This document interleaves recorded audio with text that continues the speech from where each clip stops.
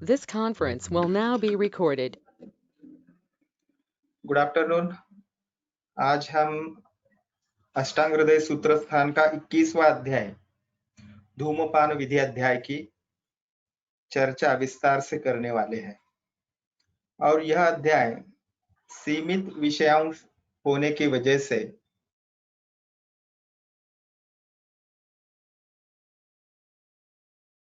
होता है।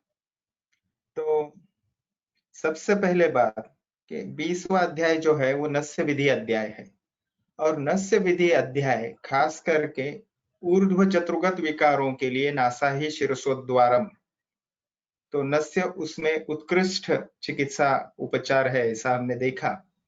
और उसी श्रृंखला में धूमपान विधि भी प्रायः या खासकर ऊर्ध्व चतुर्गत विकारों में विशेषतः उपयुक्त है। इसलिए क्रमशः 21वें अध्याय में धूमपान विधि अध्याय का वर्णन आया है।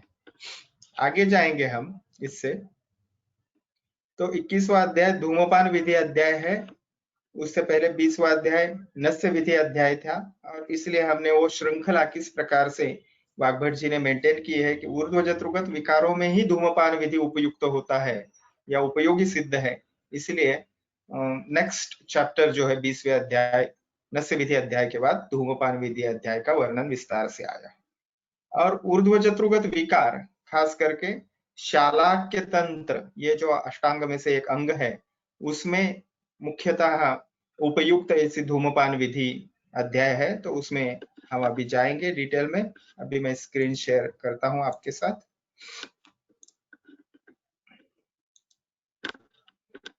तो सबसे पहली बात,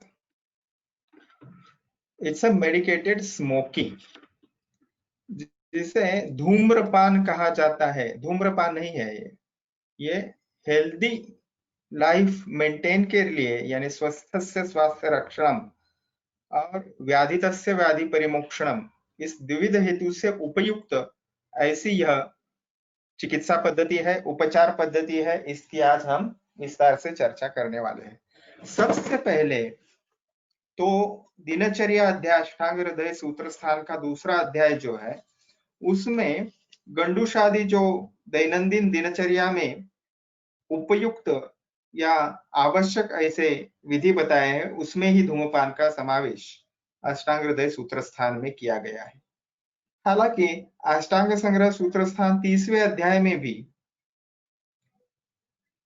किसने कब और कैसे धूमपान करना चाहिए इसकी भी व्याख्या बराबर की है, डिटेल में की है।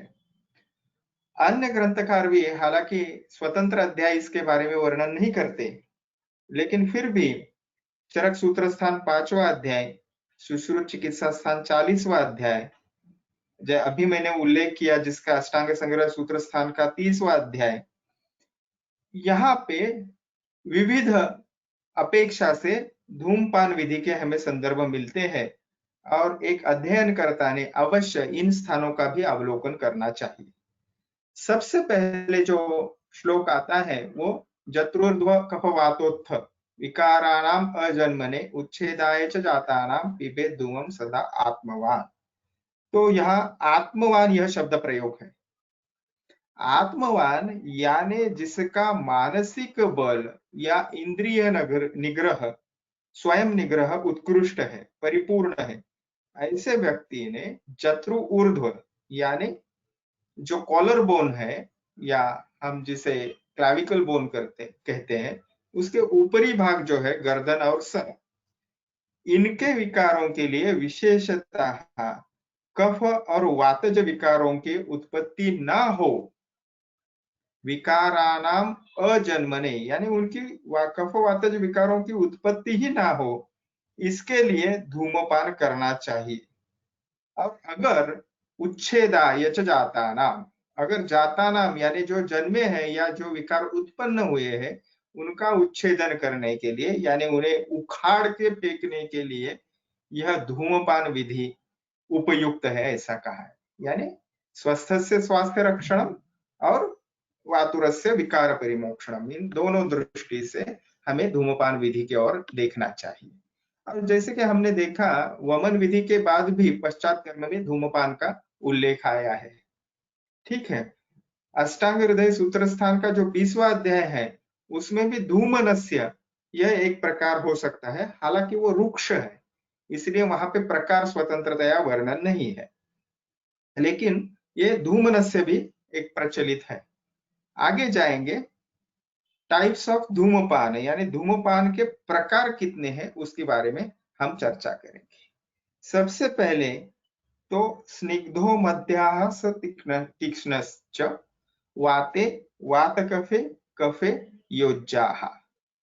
तो ये ध्यान में रखिए कि यहाँ पे सीक्वेंस मेंटेन किया है कि स्निग्ध धूमपान जो प्रकार है, स्निग्ध, मध्य और तीक्ष्ण, ये 3 प्रकार है।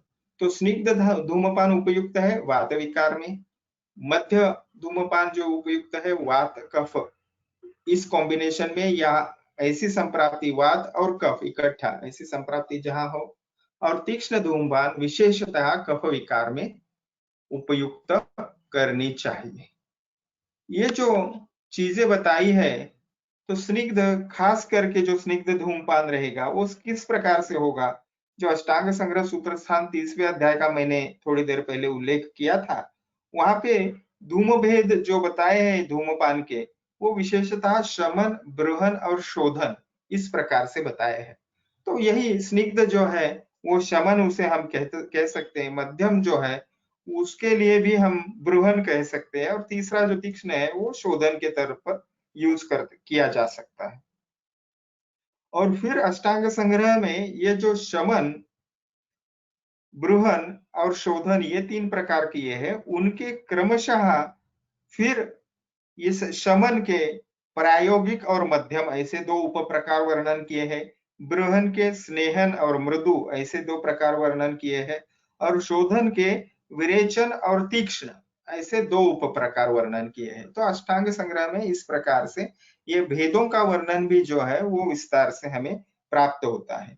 इसके सिवा अष्टांग संग्रह में और 3 अन्य भेदों की चर्चा आई है, तो वह विशेषतः कासग्न, वामक और व्रणधूमन, यानी व्रण का धूपन करना, इस प्रकार से 3 प्रकार आए हुए हैं। आगे सुश्रुताचार्य जी का अगर हम संदर्भ देखें, तो चिकित्सा स्थान 40वें अध्याय में धूमपान के हमें 5 प्रकार मिलते हैं वहां पे, प्रायोगिक, स्नैहिक, वैरेचनिक, कासग्न और वामनीय, यानी जो वमन उत्पन्न करेगा वह। तो इस प्रकार से अन्य ग्रंथकारों के भी धूमपान के प्रकार हमें ज्ञात होने चाहिए, जिसे हमें एक चिकित्सक को, अध्ययनकर्ता को एक विशेष दृष्टि से धूमपान विधि विस्तृत दृष्टया ध्यान में आवे। इस प्रकार से हमने सोचना चाहिए, अध्ययन करना चाहिए। आगे जाएंगे, अभी तालिका आती है जो विशिष्ट मेथोडोलॉजी है, आयुर्वेद की साइंटिफिक पद्धति है, जिसमें धूमपान किसे किया जाना चाहिए, किसे नहीं किया जाना चाहिए, इसके जो डिटेल्स आते हैं, उसका सबसे पहले किसे नहीं करना है, धूम अनर्ह या धूमपान जिन व्यक्ति या अवस्थाओं में निषिद्ध है, उसका वर्णन सबसे पहले देखेंगे। तो वह तालिका जो है उसमें सबसे पहले आता है रक्त पित्तज रोग, यानी दूषित रक्त, दूषित पित्त की वजह से होने वाले रोग। दूसरा, विरेचन कराने के बाद जो उदर रोग उत्पन्न होता है एज अ व्यापक कॉम्प्लिकेशन, उसमें नहीं करना चाहिए। प्रमेह रोग, तिमिर नाम का नेत्र रोग, ऊर्ध्वगवात जिसे उदावर्त भी हम कह सकते हैं, आदमान, एक रोहिणी नामक विशेष कंठ रोग है जो आपको मुख चालाक्य तंत्र मुख रोग में पता चलेगा। बस्ती प्रयोग होने के बाद या कराने के बाद, विशेषतः मछली यानी जिसने फिश खाए हैं, दही, दूध, शहद और स्नेहपान जिसने किया है, इन चीजें खाने के बाद धूमपान नहीं करना चाहिए। विष का प्रयोग अगर उस व्यक्ति पे हुआ है, उस व्यक्ति ने भी नहीं करना चाहिए। सिर पर अगर किसी प्रकार से शिरो आघात हुआ है, तो उस व्यक्ति ने भी, शिरस्य अभिहते ऐसा श्लोक में आया है, तो उन्होंने नहीं करना चाहिए। पांडु रोग, जो रात्रि में जागरण करते हैं, क्योंकि रात्रि में जागरण करने से रुक्षता बढ़ती है और धूमपान भी विशेषतः रुक्ष गुण वाला होता है इन जनरल, तो उन व्यक्तियों ने नहीं करना चाहिए। अगर गलती से इन व्यक्तियों ने किया तो क्या हो जाएगा? देखिए, धूम्रपान से क्या हानि हो जाएगी? तो अकाल या असमय या आवश्यकता से अधिक अगर कोई धूम्रपान करता है तो उसे क्या हो जाएगा? रिक्त पित्त जनित विकार हो जाएंगे, यानी विशेषतः उसमें रक्त और पित्त इनके विकार होते हैं दूषितते की वजह से, क्योंकि उष्ण और रुक्ष इस प्रकार की प्रायः धूम्रपान होता है। इसलिए अंधापन आ सकता है, बहरापन आ सकता है, बार बार उस व्यक्ति को तृष्णा आ सकती है, मूर्छा, मद, मोह यानी बेहोशी, इस प्रकार के स्थितियां उस व्यक्ति को वो उपलब्ध हो जाएगी या निर्माण हो जाएगी अगर वह व्यक्ति अकाल अति मात्रा में इस प्रकार से वह व्यक्ति धूम्रपान कराता है। तो इसका मतलब क्या है? अगर हमें ये साइड इफेक्ट्स नहीं चाहिए तो हमें बिल्कुल शास्त्र में जैसा कहा है वैसे ही धूम्रपान करना पड़ेगा।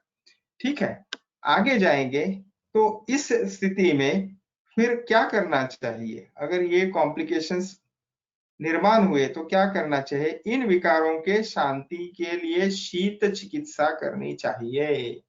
तो गुणों से ही चिकित्सा का वर्णन मिलता है। हमने पदार्थ विज्ञान भी देखा, तो ये गुण, शीत गुण किस चीज से आएगा? वो आप एक्सटर्नल एप्लीकेशन से आएगा, वो आप किसी औषधि द्रव्य या खान पान का मुख में से प्रयोग करोगे, इस प्रकार से उस व्यक्ति को आएगा। तो इस प्रकार से हमें धूम्रपान जनित रोगों की चिकित्सा करनी चाहिए। अगर पहले वाले श्लोक में जैसे बताया कि ये अगर उस व्यक्ति को अकाली अति मात्रा में धूम्रपान वो व्यक्ति करता है और उसको कुछ व्याधि है जैसे कि रक्तपत्त जनित विकार या बहरापन, प्यास लगना इत्यादि विकार होते हैं, तो विशेषतः महर्षि सुश्रुताचार्य जी ने इनको धूमोपहत ऐसी संज्ञा दी है। यानी सुश्रुत सूत्र स्थान 12वें अध्याय में इसका उल्लेख मिलता है और संग्रह के सूत्र स्थान के 30वें अध्याय में उल्लेख है कि धूमोपहत यानी धूम से या स्मोक से उत्पन्न होने वाली स्थिति। ठीक है, आगे जाएंगे।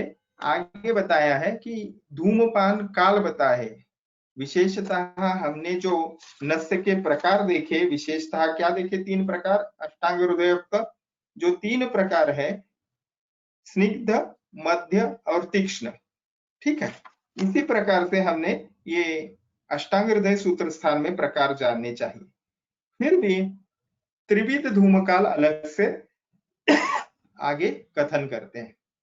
विशेषतः छींक आई, जृंभा आई, मलमूत्र त्याग करने के बाद, स्त्री सहवास, शस्त्र कर्म, हंसने और दातुन करने के बाद जो आप धूमपान करवाना है उसको मृदु होना चाहिए। और दूसरा जो प्रकार वर्णन किया है तो वो जो है वो ऊपर के जो अभी मैंने चीजें बताई, यानी छींकना, जृंभा, मलमूत्र त्याग, स्त्री सहवास, शस्त्र कर्म, हंसना या दंत धावन के बाद मृदु करना चाहिए, ये चीजें उसमें इंक्लूडेड है। प्लस रात में भोजन करने के बाद तथा नस्य प्रयोग करने के प्रकार का धूमपान करना चाहिए। ठीक है, तो इस प्रकार से कालेषु येषु निशा अहर नाभनांते च मध्यमम, इस प्रकार से मध्यम धूम यूज करना चाहिए। और तीसरा जो विरेचन धूम है वो निद्रा, स्नेहनस्य, अंजन विधि, स्नान तथा वमन के अंत में करना चाहिए। और कुछ चीजें वहां पे उन्होंने बता दी है, जैसे अगर श्लोक में आप देखें तो स्नान, छर्दी, यह उसमें मेंशन है, स्नान के बाद छर्दी भी है। अब देखिए धूम यंत्र जो है वो कैसे होना चाहिए वो हम देखेंगे। उसकी अगर कुछ फिगर्स भी हमें मिलती है तो उसके भी हम जानने की कोशिश करेंगे कि धूम नेत्र जो है, धूम यंत्र सॉरी, वो किस प्रकार से होना चाहिए। और उसका एक भाग रहेगा ये धूम नेत्र, तो वो कैसा होना चाहिए, ये एक दूसरा धूम पात्र है। ठीक है, तो उसके नेत्र की चर्चा यहाँ पे की गई है, धूम नेत्र कैसे होना चाहिए। तो ग्रंथकार बताते हैं बस्ती नेत्र समम द्रव्यम, समद्रव्यम त्रिकोशम कारयेद ऋजुः। तो इसका निर्माण भी बस्ती नेत्र की ही भांति स्वर्ण इत्यादि धातुओं से होना चाहिए। जैसे हमने बस्ती नेत्र देखा कि उसको स्वर्ण इत्यादि धातु या काष्ठ यानी लकड़ी या फिर अस्थि या फिर बंबू यानी क्या बोलते हैं वंश, इससे बनाना चाहिए। वैसे ही इस धूमपान के लिए जो नेत्र यूज किया जाएगा यानी माउथ पीस जिसे हम कह सकते हैं, वह नेत्र 3 कोश वाला यानी 3 मोड़ होने चाहिए। जैसे इस फिगर थोड़ी बहुत उसके मिलती जुलती है कि ये जो है वो 3 जगह पे फोल्ड होने चाहिए। नेत्र सीधा होना चाहिए, बिल्कुल स्ट्रेट होना चाहिए। और इसका जो मूल भाग है वो अंगूठे के बराबर छिद्र का होना चाहिए।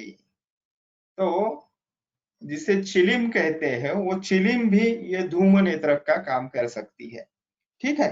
और वो धूमपान जहां किया जाता है वहां जंगली बेर की एक गुठली का प्रवेश योग्य छेद होना चाहिए। उसका विड्थ बताया, डायमेंशन बताया कितना होना चाहिए। तो एक बेर जो है बड़ा वाला जंगली बेर, उसकी जो गुठली है वो उसमें से आनी चाहिए।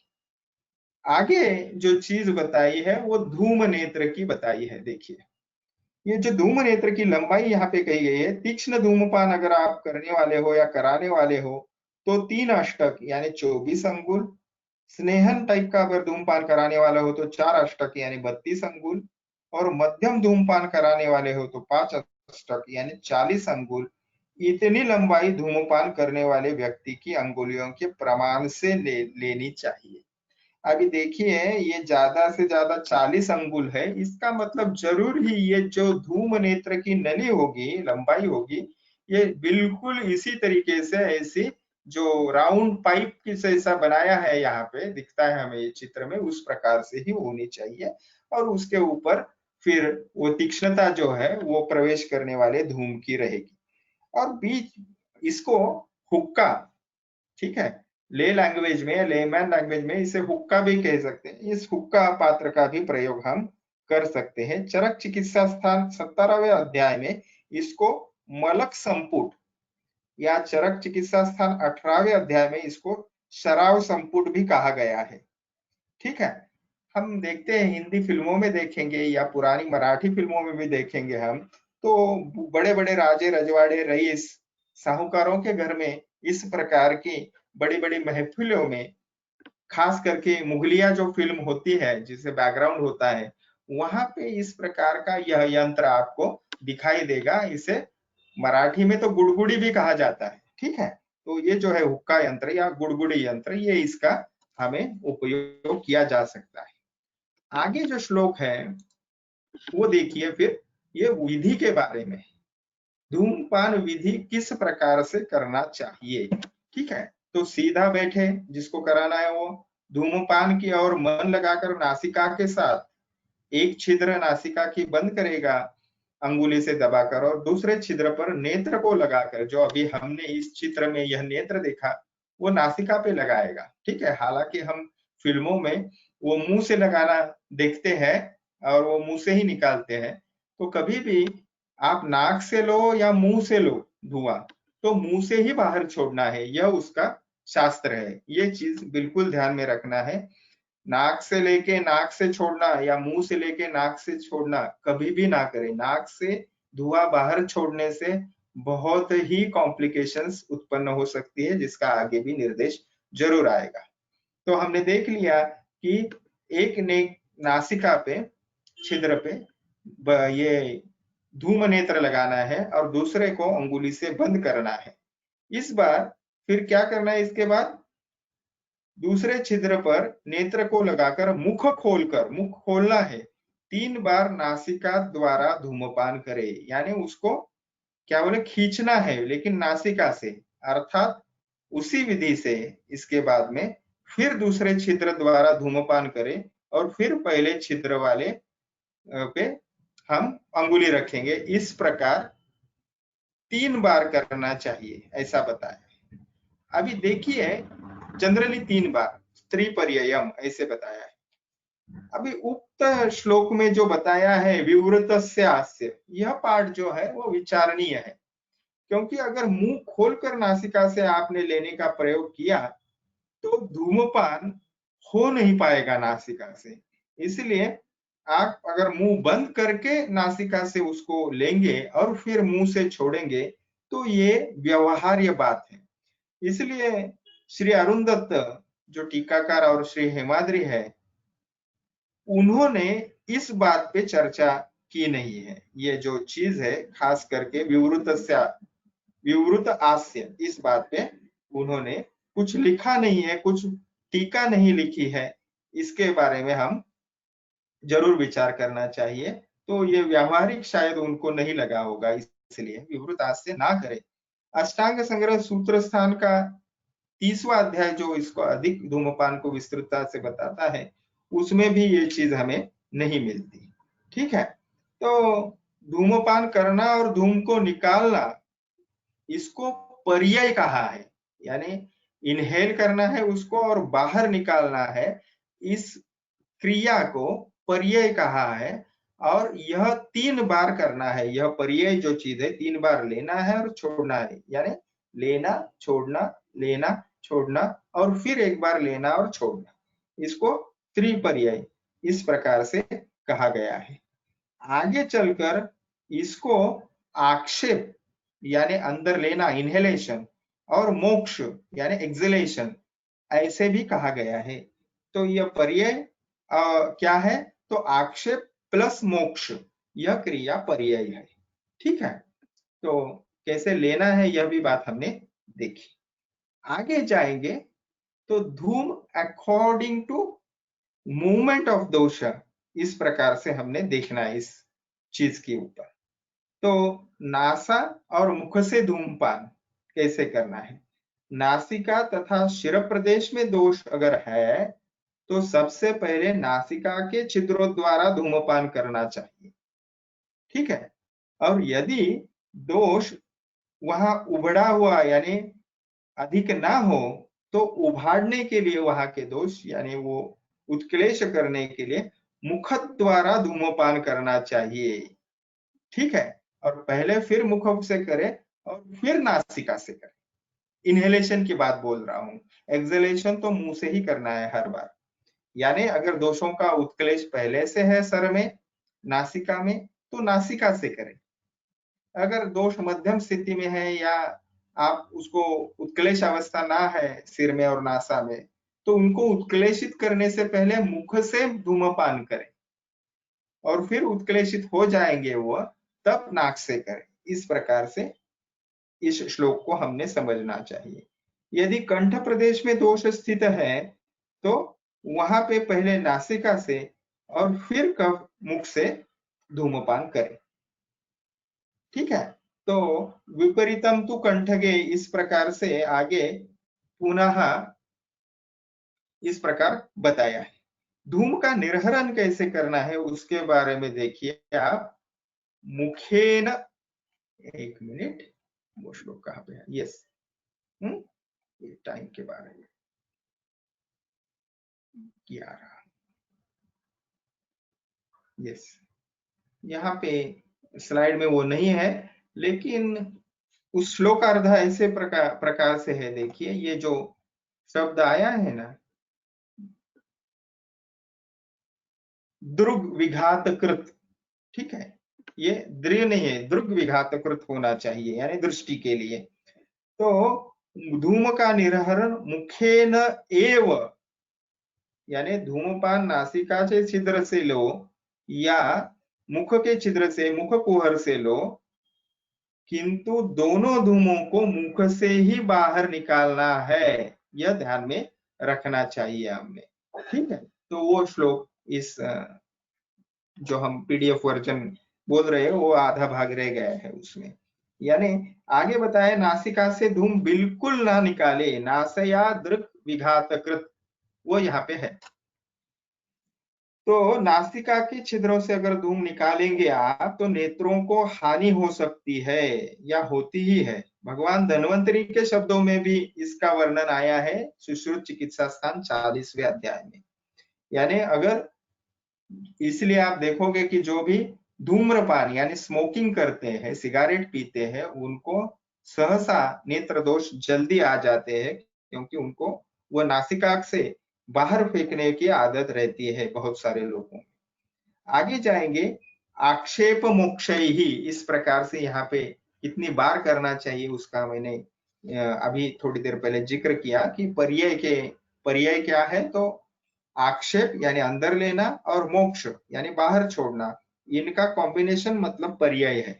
तो उसका ही आगे आगे यह उल्लेख आया है, 3 बार धूमपान करना चाहिए, आक्षेप यानी अंदर लेना और मोक्ष यानी धुएं को बाहर छोड़ना, यह एक पर्याय है। इसी प्रकार 2 बार अर्थात एक बार के धूमपान काल में कुल मिलाकर 3 बार, यानी 3 बार लेना है, 3 बार छोड़ना है। ठीक है, तो इसी प्रकार आगे बताए धूमपान की संख्या बताई है, अन्नाह पिबेत सकृत, इस प्रकार से दिन भर स्निग्धपान धूमपान 1 बार करें, मध्यम धूमपान 2 बार करें, और शोधन प्रकार का या तीक्ष्ण प्रकार का जो धूमपान है वह 3 या 4 बार करना चाहिए। शोधनम परम त्रिहि चतुर्वा, ठीक है, इस प्रकार से बताया है शास्त्र में। तो आगे जो मृदौ तत्र द्रव्याणि, ठीक है, यहाँ जो बताया है वो मृदु धूम के द्रव्य बताए हैं, फिर मध्यम धूम के द्रव्य बताए हैं, और फिर तीक्ष्ण धूम के द्रव्य बताए हैं। ठीक है, तो एक हम यहाँ पे धूम द्रव्य की तालिका देखेंगे आगे। ठीक है, तो यहाँ पे देखिए मृदु पद्धति का धूम द्रव्य किस प्रकार से होना चाहिए, वहां की लिस्ट दी है। अगरु है, गुगुलु है, मुस्ता है, स्थौनेय, शैलेय, नलद, उशिर इत्यादि वनस्पतियां बताई है। और आगे जाके वहां पे स्नेह फलानाम साराना ऐसे भी बताया है, यानी ऑयल फ्रॉम फ्रूट्स एंड सार ऑफ द ट्रीज। सार ऑफ द ट्रीज यह चीज जो है वो शल्लकी यानी सालई मराठी मध्ये म्हणतो आपण, शल्लकी, तो उसका बताया, कुमकुम, उड़द, जौ, तो और विविध प्रकार के गोंद यानी गम्स, तिल, विविध बादाम इत्यादि फलों का तेल, ठीक है, जैसे ड्राई फ्रूट्स में आते हैं, चंदन आदि सार काष्ठ, जिनका मध्य भाग काष्ठ का यूज होता है उसे सार कहते हैं, और इन काष्ठों के तेल यानी चंदन तेल। उसके बाद में मेद, मज्जा, वसा और घी, तो घी तो इजीली अवेलेबल है, इसको मृदु नस्य कहा है, मृदु नस्यों के यह द्रव्य है। उसके आगे मध्यम नस्य के द्रव्य देखिए, तो मध्यम नस्य के द्रव्य जो है वो कौन कौन से हैं, तो शल्लकी है, लाक्षा है। लाक्षा यह प्राणिज द्रव्य है एक्चुअली, ठीक है, जो डेंस जंगल में जो श्रेष्ठ लाक्षा है वो पीपल के पेड़ के ऊपर, पुराने पीपल के पेड़ के ऊपर कॉक्यूलस लैक नाम का इंसेक्ट रहता है, वो उसका ड्राई सलाइवा वहां पे छोड़ता जाता है, सलाइवा छोड़ता है तो वो वहां पे इकट्ठा होता है, प्रेसिपिटेट होता है और वो ड्राई होता है, तो उसे लाक्षा कहते हैं। ये बहुत ही अस्थि द्रव्य यानी अस्थि पोषक ऐसा ही है। उसके बाद में जो द्रव्य बताए देखिए, शल्लकी, शल्लकी क्या है, सालई मराठी मध्ये जे म्हणतो आपण, त्याच्यानंतर पृथ्विका, कमलोत्पलम, इस प्रकार से ये जो द्रव्य है, नीलकमल है, बरगद है, गूलर है, पीपल है, यानी आप देखोगे यहाँ पे कषाय रस के द्रव्य ज्यादा है। उसके बाद में लोद्र है, यष्टि मधु है, मिश्री है, ठीक है, और सीता यानी शर्करा, वही ऑर्गेनिक शुगर, विशेषतः खड़ी साकर, यष्टि मधु, सुवर्णत्वक, पद्मक, इस प्रकार से वहां पे चीजें बताई है, द्रव्य बताए हैं। और आगे बताया है कुष्ठ और तगर छोड़ के एलादिगण में जो द्रव्य बताए हैं, उन सभी द्रव्यों का मध्यम धूमपान के लिए उपयोग करना चाहिए। उसके बाद में आता है तीक्ष्ण धूमपान, ठीक है, तीक्ष्ण के बारे में क्या बताया है, तो आगे देखिए, ये द्रव्य कौन से को होने चाहिए, तो मालकंगोनी, हल्दी, दशमूल, मनसिल हरताल, यह पॉइजनस या विषारी द्रव्य है, इनको बहुत ही केयरफुली यूज करना चाहिए, न कि हल्के में लेना चाहिए। लाक्षा, अपामार्ग, त्रिफला, तीक्ष्ण गंध द्रव्य और शिरोविरेचन गण में जो द्रव्य आए हैं उन सभी का प्रयोग करना चाहिए। अभी ये शिरोविरेचन गण कहाँ पे है, तो अष्टांग हृदय सूत्रस्थान 15वां अध्याय शोधनादि गण संग्रह। इस प्रकार से यहाँ पे इन मृदु धूम के लिए कौन से द्रव्य है, मध्य धूम के लिए कौन से यूज करने हैं और तीक्ष्ण धूमपान के लिए कौन से किए हैं, उसका यहाँ पे वर्णन आता है। इसके बाद जो हम देखेंगे वह खास करके वर्ती निर्माण जो है उसका हम विवेचन देखेंगे, वर्ती निर्माण का, और फिर उसका एक प्रायोगिक जो चीज है उसके बारे में हम चर्चा करेंगे। देखिए यहाँ पे आ गए धूमवर्ती का निर्माण। तो धूमवर्ती निर्माण विधि, कभी कभी ये जो धूमपान विधि है विशेषतः यह एसएक्यू में प्रायः पूछा जाता है, उसमें प्रकार भी पूछे जाएंगे, धूमवर्ती निर्माण पूछा जाएगा, ठीक है, या तीक्ष्ण धूमनस्य द्रव्य ऐसे भी एसएक्यू पूछी जा सकती है। तो खास करके धूमवर्ती निर्माण जो है वो किस प्रकार से करना है, अभी देखिए। सरपत की, ठीक है, यानी जो एक प्रकार का लंबा जो ग्रास रहता है उसका एक बोले अपन डंठल रहेगा, वो लंबा, वो कितना चाहिए, 12 अंगुल लंबी ऐसी नली उसको लेना है। उसको एक दिन रात पानी में डाल दे ताकि वो फूल जाए, और फिर वर्ती डालेंगे उसके ऊपर और वर्ती को सुखाएंगे तो डंठल भी सूखेगा और वो धीरे से हम निकाल पाएंगे। तो बीच में सिलेंड्रिकल पोर्शन ऐसे हॉलो ट्यूब वो तैयार हो जाएगी। तो इसलिए उसको पहले पानी में एक 8, 10, 12 घंटा भिगोना है, एक दिन रात यानी 24 घंटा भिगोना है। जब वह भीगने से फूल जाए तब उसके ऊपर उक्त धूम द्रव्यों को पीसकर 5 बार लेप करें।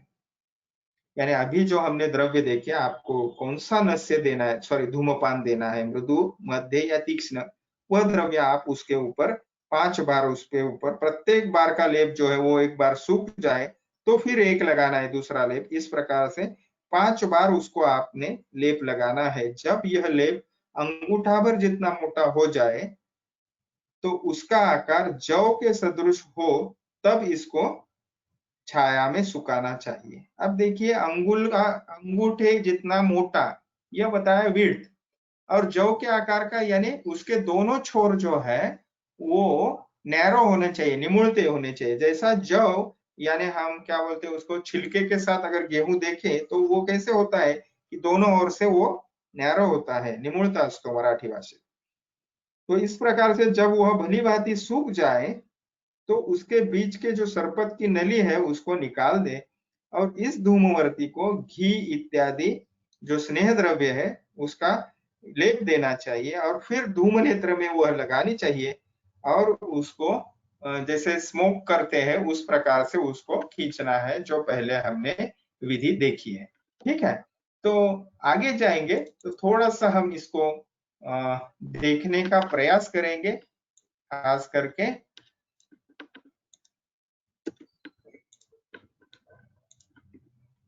तो इससे हमें ये कैसे बनाते हैं उसका एक छोटा सा अच्छा जो भी अवेलेबल है उसमें से मिला मुझे, वो आपके लिए मैंने सिलेक्ट किया हूं।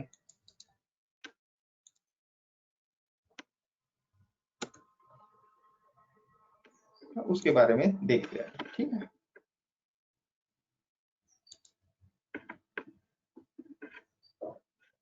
तो ये जो डॉक्टर साहब है वो हमें समझा रहे किस प्रकार से धूमपान बनाने को वर्ती।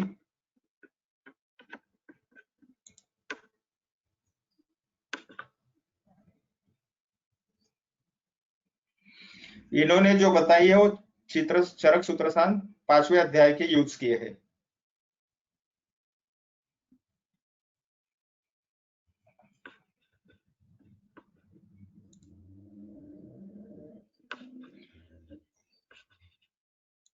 इन्होंने जो है वो द्रव्य लिए है इकट्ठा एक बर्तन में या अपन बाउल में कर सकते हैं, और ये जो विस्तृत है वो कॉटन बैंडेज है बड़ा साइज वाला, और वो गर्म पानी में उन द्रव्यों को मिलाएंगे इकट्ठा और फिर उसके ऊपर लेप करेंगे।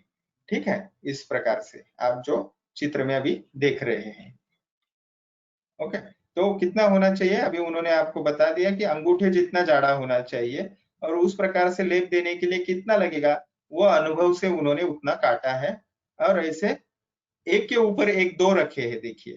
ठीक है, तो जो कॉटन बैंडेज अवेलेबल है उनको इकट्ठा ऐसे जॉइंट किए हुए एक के ऊपर एक रखे हैं और फिर उसके ऊपर ऐसा पतला सा वो लेप देने वाले हैं या दे रहे हैं, आप जैसे देख रहे हैं अभी। ठीक है, तो ये पूरा लेप इस प्रकार से देने के बाद, ठीक है, देखिए पूरा लेप ले लिया उनके पास से। वो हमें यहाँ पे जो सरपत ऐसे हमने कहा है द्वादशांगुल, 12 अंगुल जितना लंबा, तो उसके लिए वो लपेट रहे हैं अभी। और पहली बार लपेटने में थोड़ी तकलीफ होगी, एक बार आपने लपेट लिया तो उसको अच्छे से यूनिफॉर्मली उसको घुमाना है। ठीक है, और हर बार उसके ऊपर अगर आप हाथ फेर लो तो पीछे से भी द्रव्य उसको लगते जाएंगे और औषध जो है वो वेस्ट नहीं जाएगा। और सबसे महत्वपूर्ण प्रैक्टिकली बात क्या है, तो उसमें कुछ छेद नहीं आएंगे या गैप नहीं रहेगा, बिल्कुल टाइट ऐसी वह होनी चाहिए। ठीक है, तो थोड़ा आगे जाएंगे हम।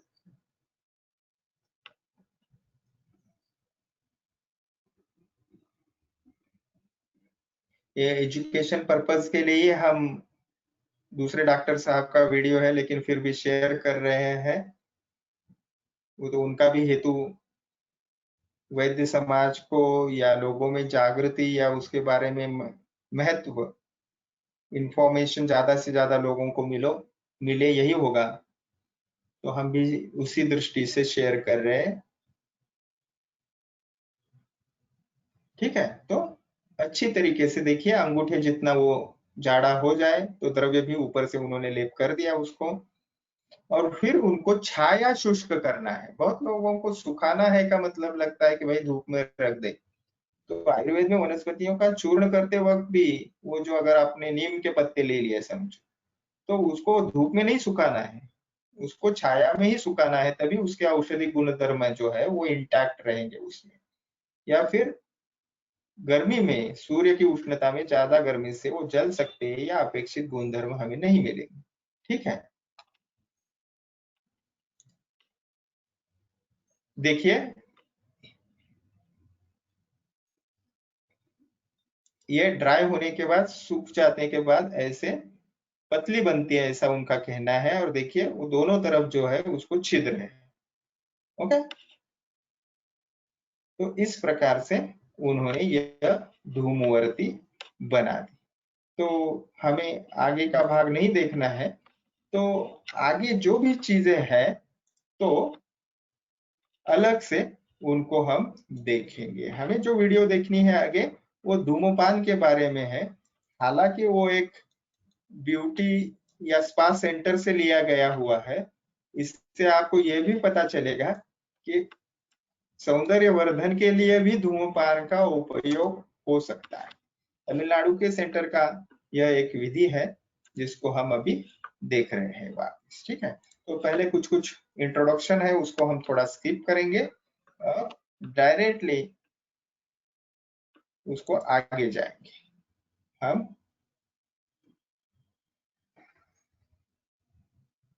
उसको लगभग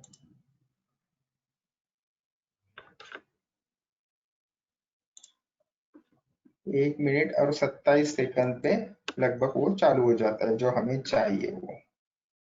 ठीक है, ये फिर एक बार धूम्रपान के लिए वर्ती कैसे बनाने हैं वहां से ये वीडियो चालू होता है। ये जीवन आयुर्वेदा जो है तमिलनाडु का, वहां से वीडियो लिया है कर्टसी। तो ये सबसे पहले वो द्रव्य लिया उन्होंने मिक्सचर, वो स्नेह द्रव्य भी साथ में घी है। और फिर उन्होंने एक बार एक कपड़े के ऊपर उसका लेप कर दिया है। ठीक है, और फिर इसको आगे वो ले जाएंगे, एक वर्ती का उसको स्वरूप बनाएंगे और फिर इस वर्ती को वह जलाएंगे। ठीक है, जलाया है यहाँ पे आगे जो बताया है।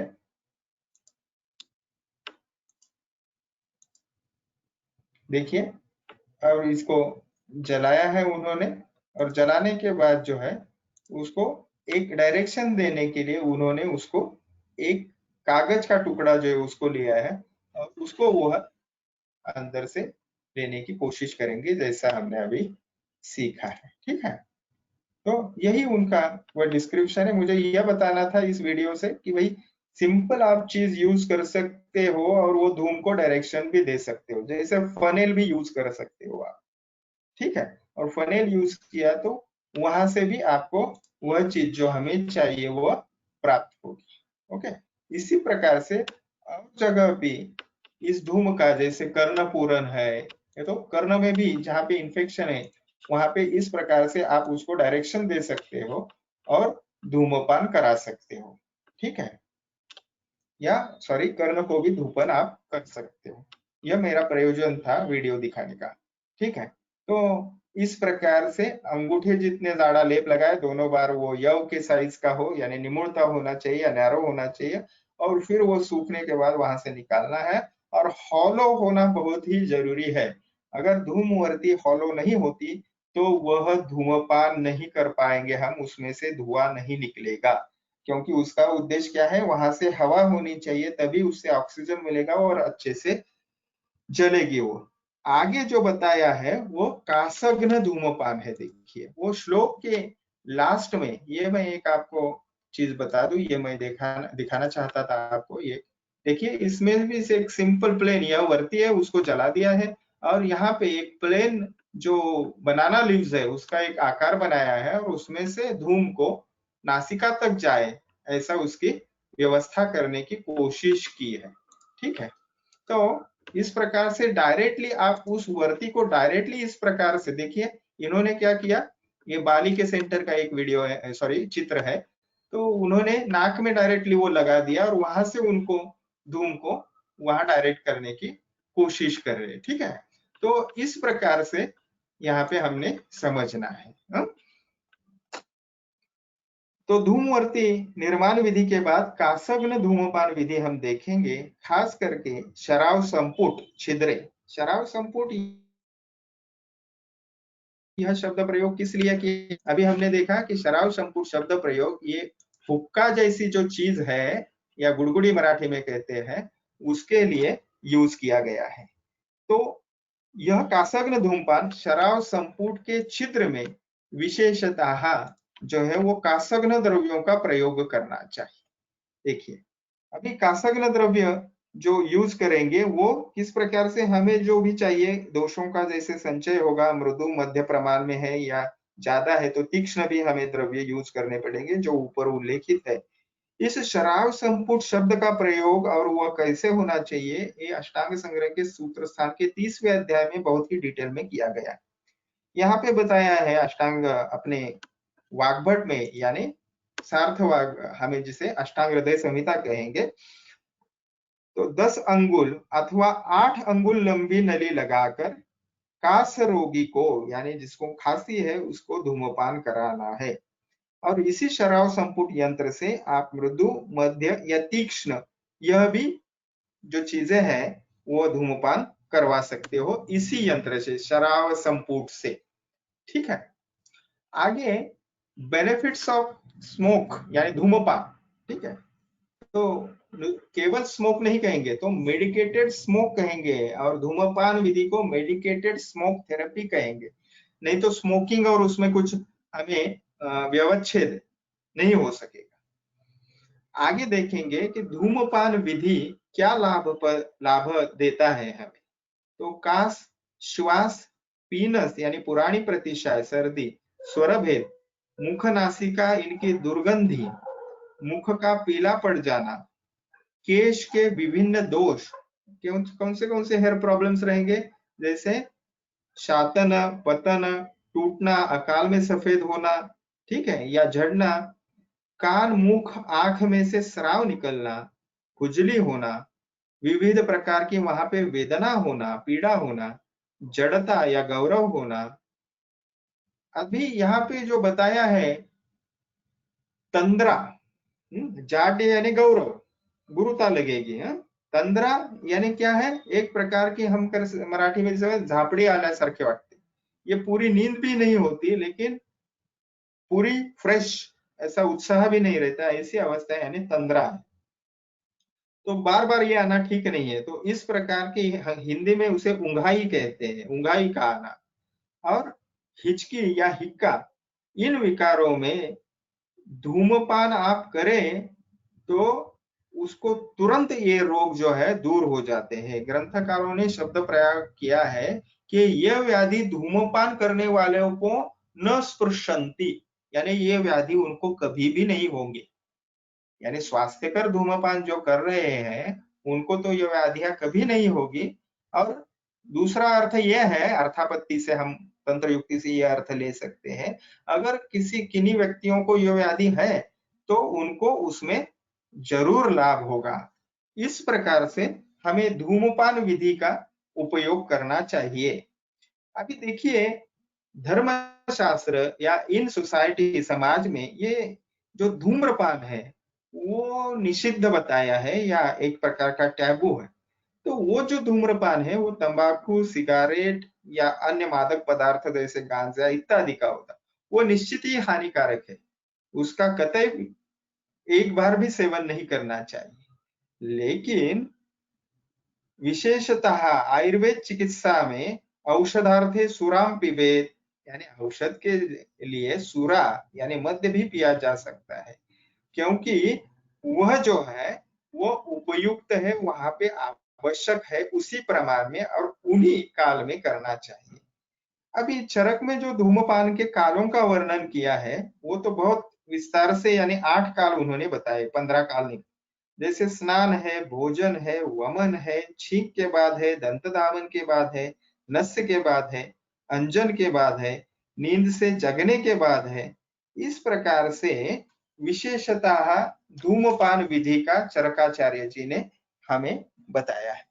तो सोसाइटी में ये धूम्रपान, फिर एक बार देखिए, धूम्रपान जो है सोसाइटी में निषिद्ध है, लेकिन धूम्रपान जो शास्त्रीय विधि से किया गया हुआ है, आवश्यकता अनुसार है, वो किया जा सकता है। एक ही उसकी हमने जिम्मेवारी लेनी चाहिए कि वो अगर आप डेली कर रहे हो दिनचर्या के माध्यम से, तो उसको केवल और केवल मृदु का ही प्रयोग करना चाहिए, ऐसा हमने ध्यान में रखना है। यहाँ पे ये जो 21वां अध्याय हमारा है वो हम समाप्त करते हैं। आपके अगर प्रश्न है तो वो जरूर पूछिए।